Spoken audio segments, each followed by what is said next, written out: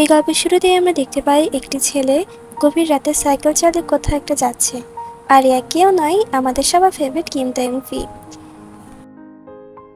কিছুক্ষণ পর Kim তাeyong compose নামের একটি কফি শপে এসে ডিকাপ কফি অর্ডার করে। তার কিছুক্ষণ পরে একটি মেয়ে এসে সেই সেম ডিকাপ কফি অর্ডার করে। ভি মেয়েটির দিকে তাকায় এবং এই মেয়েটির নাম হলো পার্ক জিমিন। ভি তার ব্যাগে থাকা কিচেনটির দিকে তাকায়। কিছুক্ষণ পর মেয়েটি তার দিকে তাকায়, তারপর তাদের আই কন্ট্যাক্ট হয় এবং গল্পটি চলে যায় ফ্ল্যাশব্যাকে। সালটা ছিল 2019। দেখানো হয় তাদের স্কুল লাইফ। একদিন ভি দেখতে পায় মেয়েটির মাথায় একটি সুন্দর ফুল আটকে আছে।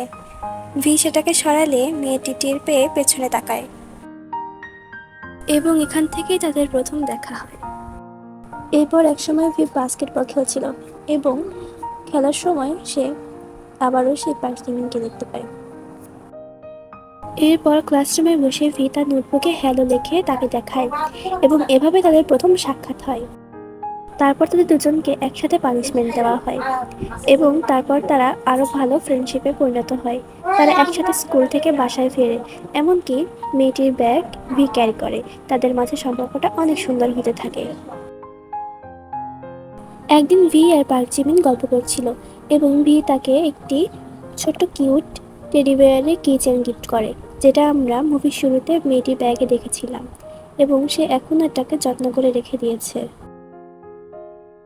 এরপরে দেখানো হয় পার্ক জিমিন কাপ কফি ভির ডেস্কের উপর রেখেছিল এবং মেসেজ করে সেটা জানিয়েছিল। এরপর থেকে তাদের ভেতরে যেন দূরত্ব আস্তে আস্তে বাড়তেই থাকে এবং বাড়তে বাড়তে এমন অবস্থা হয়ে যায় যে তাদের আর কখনো দেখাও হয় না, কথাও হয় না। আসলে সুন্দর জিনিসগুলো খুব তাড়াতাড়ি আমাদের জীবন থেকে হারিয়ে যায়। ভি বলে, আমরা কারণটা জানি না, তবে সময়ের সাথে সাথে আমরা একে অপরের জীবন থেকে হারিয়ে গেছি। গল্পটি প্রেজেন্টে চলে আসে। কফি রেডি হয়ে গিয়েছে, দুজনে একসাথে কফি নিতে চায়। পরক্ষণেই আবারও দুজনে হাত সরিয়ে নেয়।